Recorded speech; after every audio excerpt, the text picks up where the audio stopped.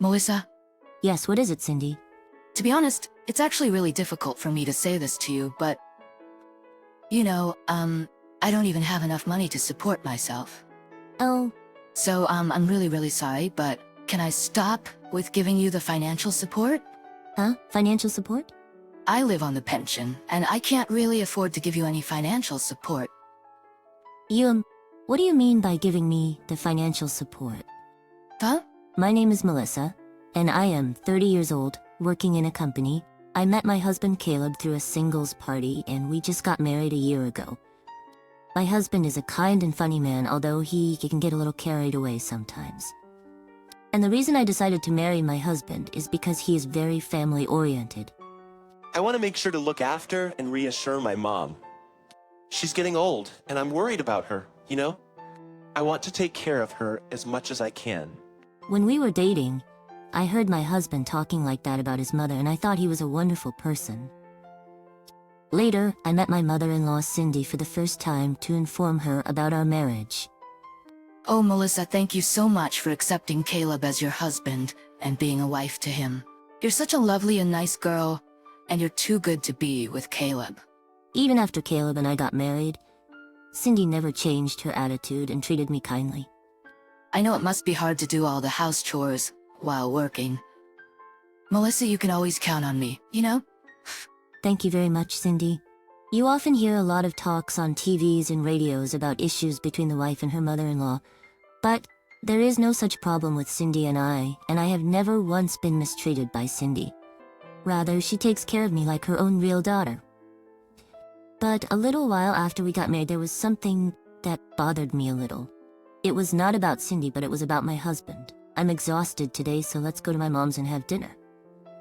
What? Today is your turn to cook dinner, right? So, I'm saying that I'm exhausted from work and don't want to do anything, so let's go to my mom's. But won't that be a hassle for Cindy if we go so suddenly without any prior notice? Oh, it's fine. Don't worry about that. Mom must be lonely too, so it'll be nice for her too to have us over and have a lively dinner all together.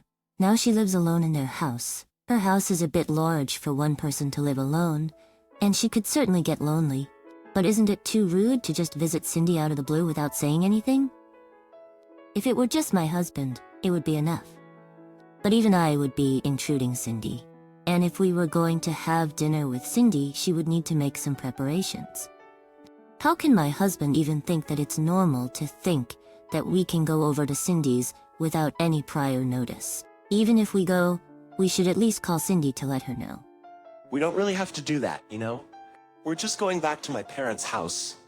To you, it may be that, but to me, I feel like I'm intruding. We have to at least be mindful to Cindy and have manners. When I persisted, my husband said, okay, and while looking really lazy, he picked up the phone and began to call Cindy. Mom said we could go. Are you really sure? I really hope she's not just saying that. Come on, Mom says it's okay, so why not? I think you're worrying too much, honey. There was no point in wasting any more time arguing with Caleb, so we headed to Cindy's house anyway. Oh, welcome, you two. Thank you for coming all the way down here. My mother-in-law greeted us with a huge, gentle smile despite our sudden visit. Well then, hurry up and do come in. I just got it ready now, so please do enjoy it before the meal gets cold. Huh? You cooked that much? Cindy had made several dishes for us and served them to us. When I heard that you two were both coming, I got really enthusiastic, you know? See, I told you. Mom is really happy that we both came here today. Even if that is true, it is too inconsiderate of Caleb to even say that in front of her. My husband opened a beer without any hesitation, drank it down, and ate what Cindy had cooked.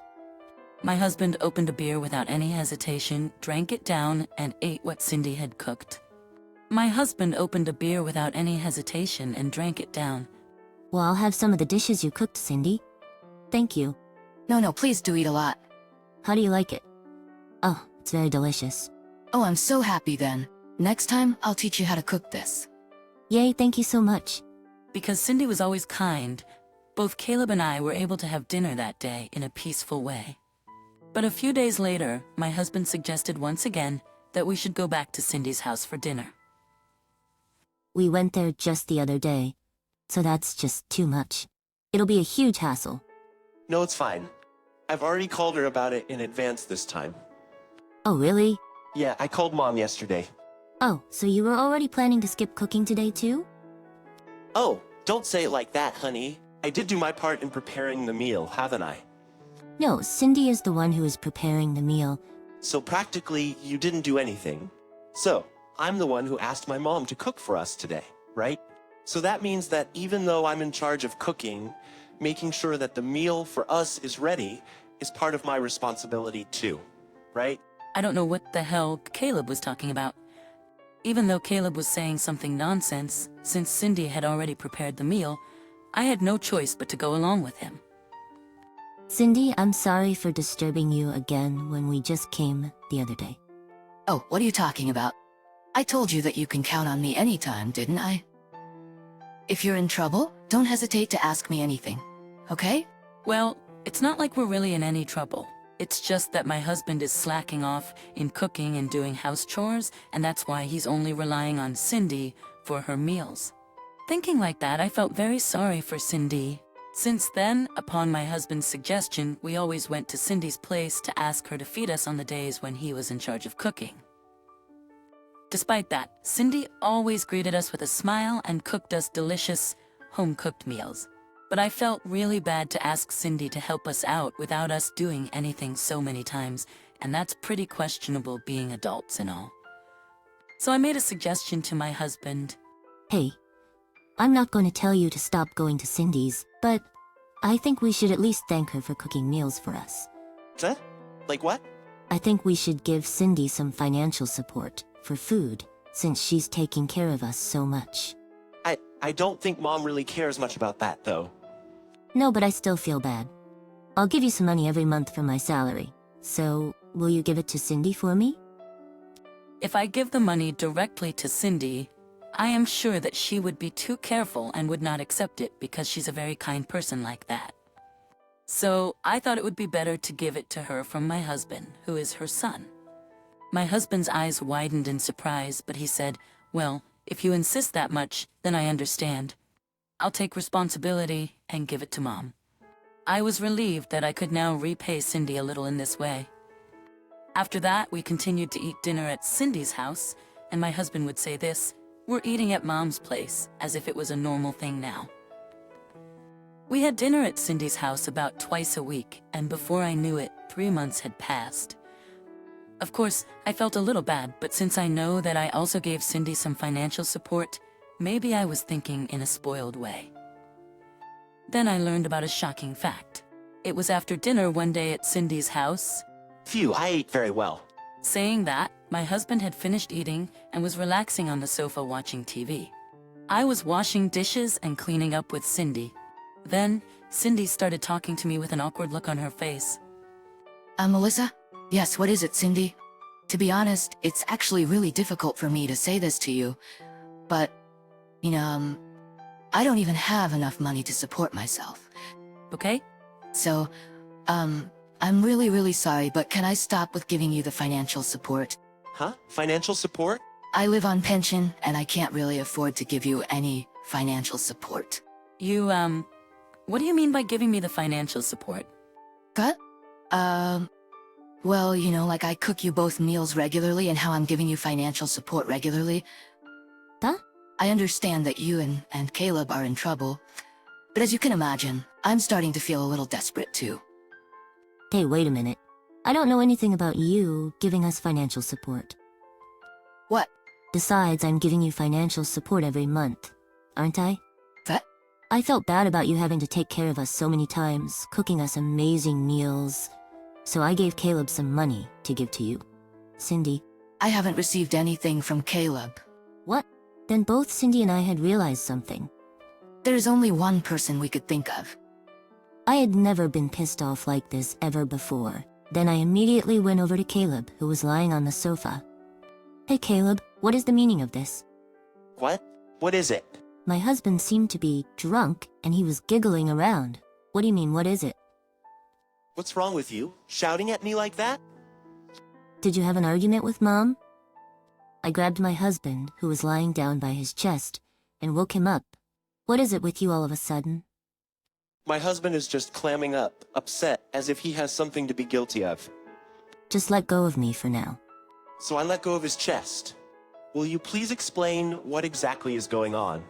About what? Are you trying to act dumb at this point? Cindy seemed to have lost her patience, and she also began questioning Caleb. You told me that you were both in trouble, so I gave you money and even fed you dinner multiple times. Hey, what the hell? What's wrong with you? Even you're mad at me, Mom? We have every right to be mad at you. You have been deceiving Cindy and I, you know. That's a terrible way to say that. Then where did our money go to? Hey, let's just stop talking about this. We just had Mom's delicious food, and now you're spoiling the good mood. And whose fault is it? That's... My husband couldn't say anything back anymore and went silent. You're not gonna tell me how you spent the money, are you? Alright, fine. Then I have an idea too. Caleb looked at me as if he was asking me what my idea was. I called my sister-in-law Lila. Lila is very protective of me and takes care of me really well. And my husband is very weak towards Lila.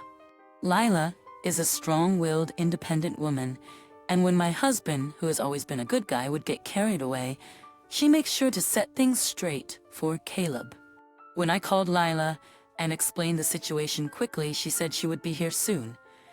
When my husband found out that Lila was coming over, his face turned really pale. Caleb, what the hell did you do? What did you do with Mom and Melissa's money? That's... My husband stubbornly refused to talk even after Lila arrived. This is gonna be a long battle. Melissa, you can go home for today? I'll interrogate him all night and make him talk. Thank you very much. I'll be waiting for your update. So I took Lila's word for it and decided to go home first. The next day, when I went to work as usual, I received a message from Lila. Caleb finally came clean. He's a terrible bastard. Can't come over to Mom's house again after work today? I wondered what it was. I wondered what Caleb did, which made Lila describe him like that. So I went to Cindy's house after work. My husband and Lila were already there. Oh, Melissa, I'm sorry to make you come over again. It's okay. My husband was made to sit on the floor, and his face was turning pale by the minute. Well then, Caleb, why don't you talk to Melissa properly about the truth? I stood right in front of my husband to listen. He was looking down at himself really awkwardly. I can't really understand you if you keep looking down. Please explain to me what's going on. I'm so sorry. It was just a spur of the moment kind of thing. What was? Juan, I had an affair with another woman.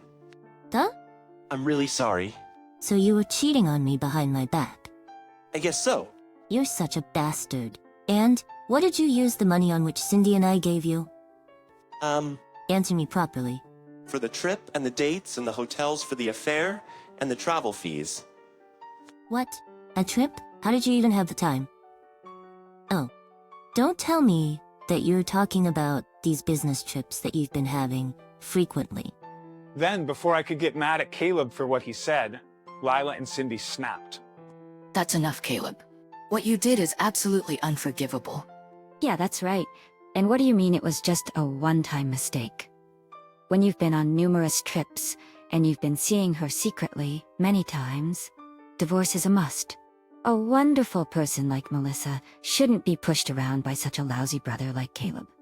You will definitely pay alimony for your affair and the money you stole from Mom and Melissa. Oh no. Then Lila took out the official documents for divorce and handed them to me. She thought that I would need it, so she got it from me at the city hall, as well as a number for a lawyer. I checked the documents and signed the parts I needed to sign, and gave it to Caleb. My husband was reluctant, but Lila and Cindy got angry with him again, so he signed it right away. Thus like this, my divorce from my husband was finalized. Then, through my lawyer, I demanded alimony from Caleb and his mistress. Of course, I also claimed the money I had given to Caleb. I also heard that his mistress was also married. And since her husband is also demanding alimony from Caleb, he is now in huge debt. Currently, Caleb is living at Cindy's house, and both Lila and Cindy manage Caleb's wallet, making sure that he does not waste his money and that it is always used to pay off his debt. Caleb only gets $10 every day to go to work, And once he uses the money for his lunch and so on, he won't have any money left. So he can't even go to bars and afford any luxury, and he has no choice but to go home. Caleb deserves what he got, and it's not at all surprising that he now has to pay back the money he had used when it wasn't even his money. Caleb is just a low-life scumbag having an affair based off on other people's money. On the other hand, I live in an apartment now, and I am living comfortably on my own. By the way, I still keep in touch with Cindy and Lila, and the three of us sometimes go out to dinner together. My ex-husband is a low-life scumbag, but the only thing I'm grateful to him for is giving me the opportunity to meet Cindy and Lila. Thank you for watching until the end. Please subscribe to our channel. We hope to see you in our next video.